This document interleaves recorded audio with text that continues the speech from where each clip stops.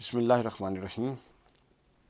آج ایک بہت شاندار بڑی خوبصورت روایت بھی حدیث بھی اور مختصر موضوع آپ کی خدمت میں پیش کرنا ہے کہ حضرت علی کرم اللہ وجہ الکریم کا ایک تو انسان کا حلیہ ہوتا ہے جو ظاہری ہے، ایک حلیہ ہوتا ہے جو باطنی ہے۔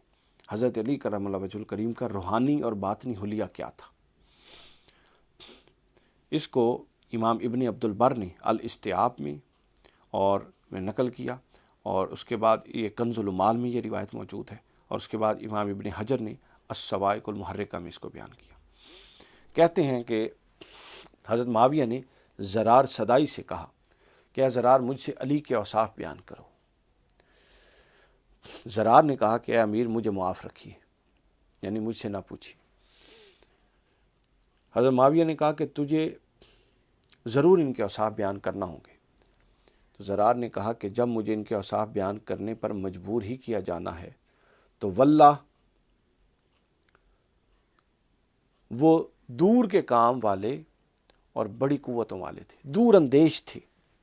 یعنی وہ اب دیکھیے ذرا کتنی اب وہ بندہ بتا رہا ہے حضرت علی کی شخصیت، ذرا یہ غور سے دیکھیے۔ ہمارے ہاں بڑی شخصیات کا تصور ایک ماں ورائی اور دیو مالائی تصور ہے۔ دیکھیے وہ کیا کہتے ہیں، وہ دور اندیش تھے، وہ دور سے معاملہ سمجھ لیتے تھے، معاملہ فہم تھے۔ اور جو علی والے ہوتے ہیں وہ دور اندیش ہوتے ہیں۔ آپ دیکھیں قبلہ نے کتنی پیشین گوئیاں 88 سے کی ہیں پاکستان کے نظام کے بارے میں، مذہبی لوگوں کے بارے میں، آج تک ایک پیشین گوئی ٹھیک ہے۔ جو وزیر اعظم آتا ہے وہ یہی کہتا ہے جو ٹھیک کہتے ہیں، مندے نہیں ہیں، لیکن وہ دور اندیش تھے۔ پھر کہتے ہیں کہ بزرگی سے بات کرتے تھے، پھر فرماتے ہیں عدل کا حکم دیتے تھے، علم کا دریا ان کے دل سے موجزن رہتا تھا، حکمت ان کی زبان سے بولتی تھی، وہ دنیا اور دنیا کی خوبیوں سے گریز کرتے تھے۔ واہ واہ واہ۔ وہ اندھیری رات اور اس کی وحشت سے مانوس تھے، یعنی وہ رات کو جاگتے تھے اور اتنے مانوس تھے رات کے اندھیرے سے۔ وہ رونے کو پسند کرتے تھے خشیت الہی میں، وہ دور دراز فکر میں ڈوبے رہتے تھے، ہمیشہ خاموش، بہت کم گو تھے، دور دراز فکر میں ڈوبے رہتے تھے۔ ان کو کپڑا چھوٹا اچھا لگتا تھا، اور ان کو کھانے میں کرخت چیز بھلی معلوم ہوتی تھی، جو کھانے میں مشکل ہوتی تھی اور بہت خوش ذائقہ نہیں ہوتی تھی وہ ان کو بھلی معلوم ہوتی تھی۔ وہ ہم میں ہمارے جیسے تھے، وہ ہم کو جواب دیتے تھے جب ہم ان کی ہیبت کی وجہ سے ان سے کلام نہیں کر سکتے تھے، وہ ہمیں جواب خود سے سمجھ کے دیتے تھے کہ یہ کیا پوچھ رہے ہیں۔ وہ اہل دین کی تعظیم کرتے تھے، وہ مسکینوں کو اپنے پاس بٹھاتے تھے۔ ان کے خوف سے کوئی زبردست بندہ اپنی بے ہدگی کی خواہش دل میں نہیں لا سکتا تھا۔ ان کی مجلس کا رعب ایسا ہوتا تھا کہ ان کی مجلس میں بیٹھا ہوا کوئی شخص بے ہدگی کی کوئی بات نہیں ذہن میں لا سکتا تھا۔ ضعیف ان کے عدل سے نا امید نہیں ہوتے تھے۔ وہ اپنی ریش مبارک کو پکڑ کر آہستہ آہستہ بل دیتے رہتے تھے اور نرم آواز سے روتے تھے، خفیف آواز سے، اور فرماتے رہتے تھے کہ اے دنیا میرے سوا کسی اور کو فریب دے، میرے کیوں سامنے آئی ہے، کیوں میرے سامنے آئی ہے، اور مجھ سے کیا شوق رکھتی ہے۔ افسوس افسوس میں نے تجھے 3 طلاقیں دے دیں، اور جن کو 3 طلاقیں دے دی جائیں ان سے رجعت کا کوئی امکان بھی نہیں ہوتا، گنجائش بھی نہیں ہوتی۔ تیری عمر بہت تھوڑی ہے۔ اب حضرت علی دنیا کو مخاطب کر رہے ہیں۔ واہ واہ کیا خوبصورت۔ حضرت علی دنیا کو مخاطب کر کے کہتے ہیں کہ میں نے تجھ کو 3 طلاقیں دے دی ہیں، مجھے چھوڑ، چونکہ 3 طلاقوں کے بعد واپس پلٹیں گے کہ کوئی گنجائش نہیں۔ تیری عمر بہت تھوڑی ہے دنیا، اور تیرے دکھ بہت بڑے ہیں۔ پھر فرماتے تھوڑا زاد ہے اور دور کا سفر ہے، زاد راہ تھوڑا ہے اور سفر لمبا ہے۔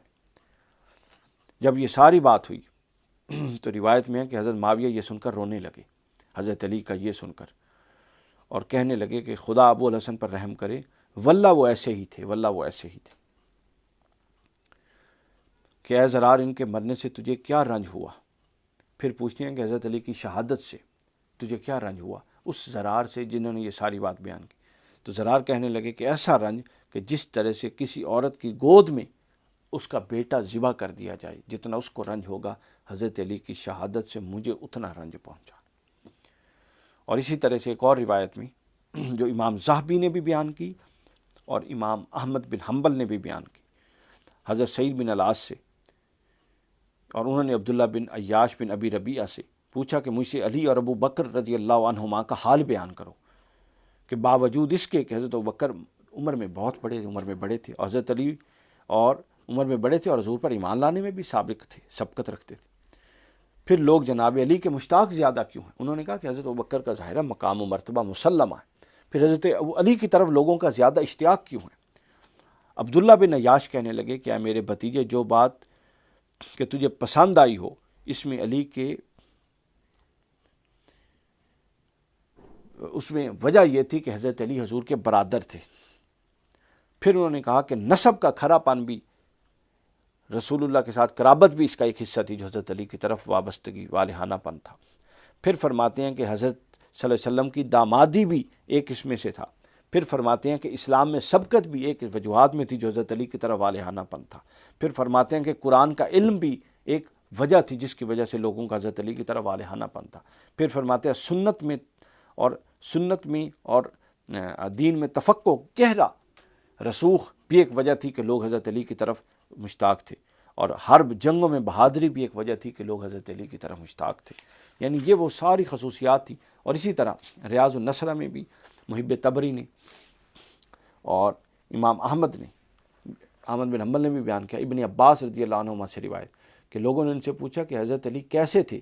فرمایا کہ حضور علیہ الصلوۃ والسلام کی شرافت قرابت کے ساتھ ان کا پیٹ علم اور حکمت اور ہیبت اور شجاعت سے بھرا ہوا تھا۔ یعنی وہ شرافت اور قرابت کے ساتھ بھرے ہوئے تھے رسول اللہ کی، اور جو ان کا وجود باطنی ہے وہ حکمت، ہیبت اور شجاعت سے بھرا ہوا تھا۔ یہ ان کا باطنی وجود تھا۔ اور اسی طرح حضرت ابن عباس ایک اور روایت کہ حضرت علی کی شان کے متعلق پوچھا گیا کہ واللہ، وہ فرماتے ہیں حضرت علی 14ویں رات کے چاند اور بن کے شیر اور موج مارتے دریا اور صبح کے برستے ہوئے ابر کے مشابہ تھے۔